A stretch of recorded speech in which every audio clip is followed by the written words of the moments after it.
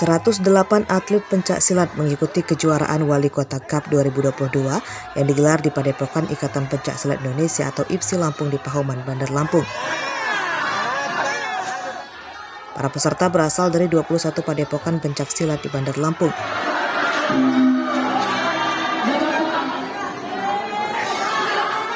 Kejuaraan ini hanya diikuti oleh pesilat kategori dewasa dari kelas A hingga kelas C, baik seni maupun tanding.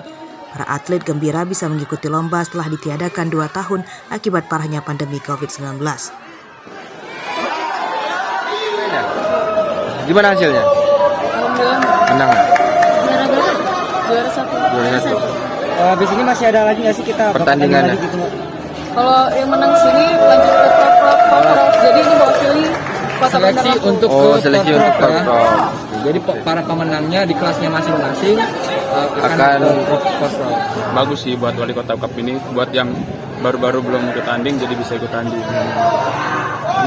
Mas sendiri udah tanding belum nih? Udah. Tadi udah.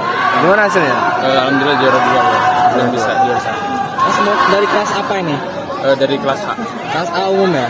Kelas H dari 80 sampai 85. Nah ini Selain untuk mengasah ketangkasan, kejuaraan ini juga bagian dari ajang seleksi atlet yang akan diikutkan pada Pekan Olahraga Provinsi atau Porprov akhir tahun ini.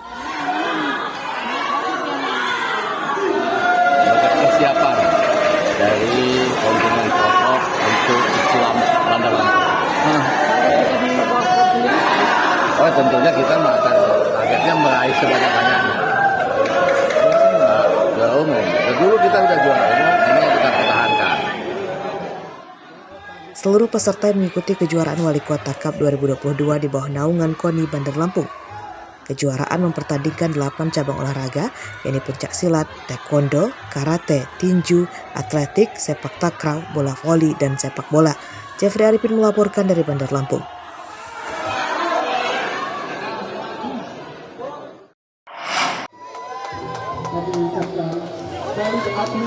Sebagai upaya pembinaan di bidang olahraga dan kesehatan, para narapidana dan pegawai di Lapas Narkotika kelas 2 Bandar Lampung mengikuti Pekan Olahraga dan Seni atau Porseni yang digelar pada 25 Juli hingga 18 Agustus 2022 mendatang.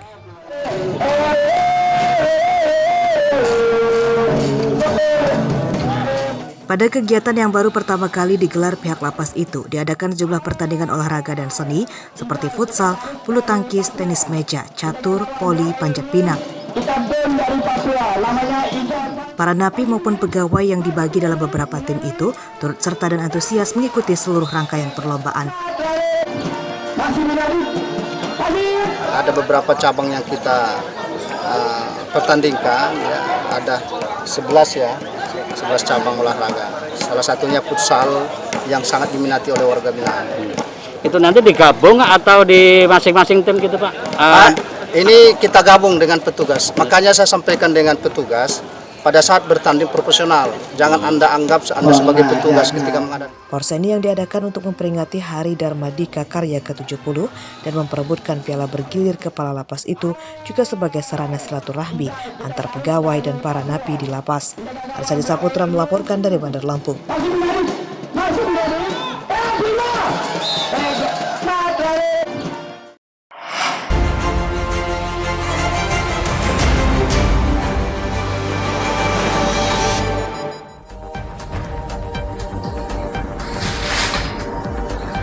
Supriyanto, warga Gedung Karya Jitu, Kecamatan Rawajitu Selatan, Tulang Bawang, Jumat malam dilarikan ke rumah sakit dalam kondisi kritis.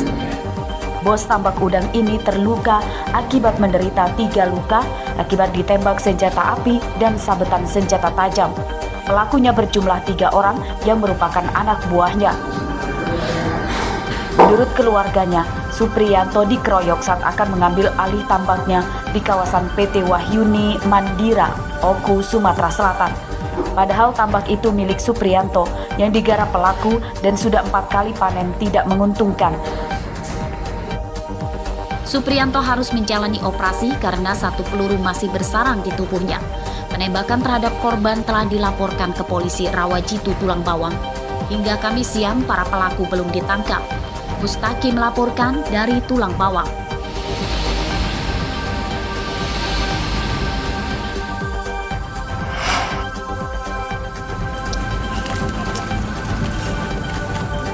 Polisi Lampung Tengah Rabu siang menangkap 5 dari 9 buronan pembunuh Yudi Irawan, pria 23 tahun warga Natar, Lampung Selatan. Pelaku pembunuhan seluruhnya warga Bandar Lampung. 5 tersangka ditangkap di tempat persembunyiannya di Serang, Banten. 4 tersangka lain masih buron.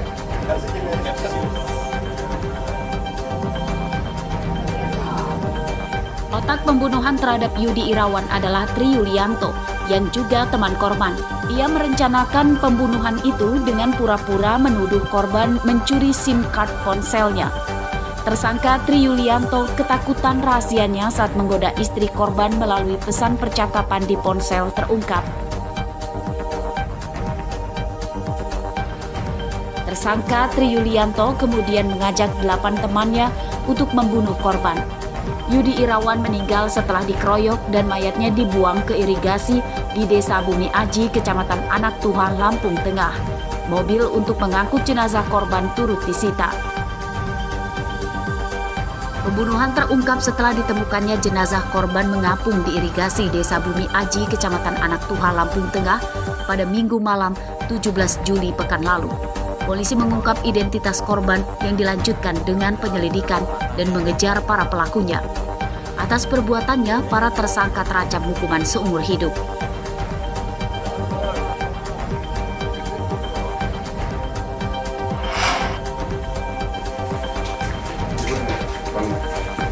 Polisi Polresta Bandar Lampung menggerebek sebuah kamar kos yang dihuni seorang pencuri motor di Kelurahan Enggal Rabu siang.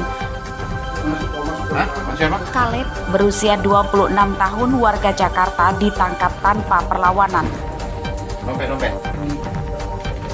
Tersangka Kaleb merupakan pencuri motor dengan modus membuka lowongan kerja yang diunggah di media sosial. Dari kamar tersangka, polisi menyita sejumlah berkas lamaran kerja korban.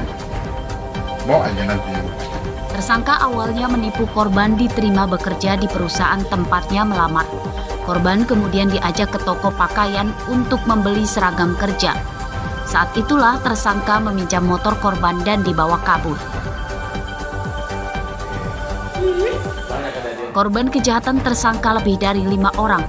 Polisi tidak menyita barang bukti motor curian itu karena sudah terjual dan penadahnya masih buron. Atas perbuatannya, tersangka terancam hukuman 7 tahun penjara.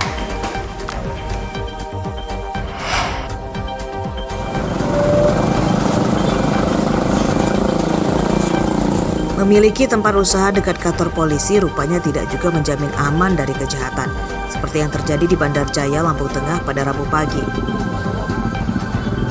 Toko kelontong atau yang menjual barang keperluan sehari-hari disantroni 3 pencuri.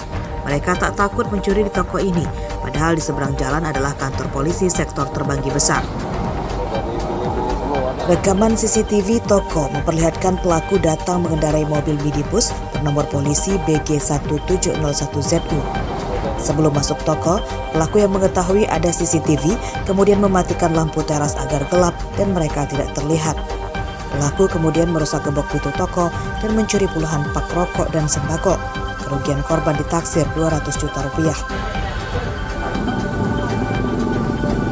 Pencurian diketahui korban setelah mendapat kabar dari polisi. Di TKP dipasang garis polisi untuk kepentingan penyelidikan. Pencurian ini ditangani Polsek Terbanggi Besar, Lampung Tengah.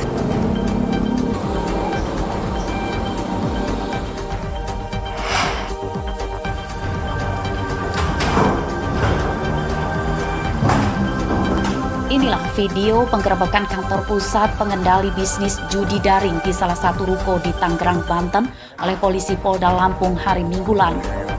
27 orang, 9 diantaranya wanita, ditangkap dan langsung digelandang ke Polda Lampung.